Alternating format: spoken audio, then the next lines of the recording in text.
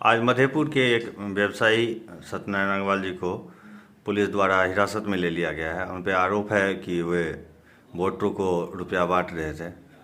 जहाँ तक लोगों का कहना है कि वे भाजपा से जुड़े हुए हैं। क्या कहेंगे इस पर? भाजपा से वो जुड़े हुए थे, जुड़े हुए हैं नहीं। पर जिस दिन चुनाव की घोषणा हुई और हमारे प्रत्याशी रामप्रीत मंडल की घोषणा हुई, उसके अविलंब बाद वो पार्टी से दूर हो गए और वीआईपी ज्वाइन कर लिए थे। अब उनका भाजपा से कोई लेना देना नहीं रहा। और अगर इस तरह की किसी तरह की अफवाह चल रही है कि वो भाजपा में है, तो ये पार्टी को बदनाम करने की साजिश चल रही है।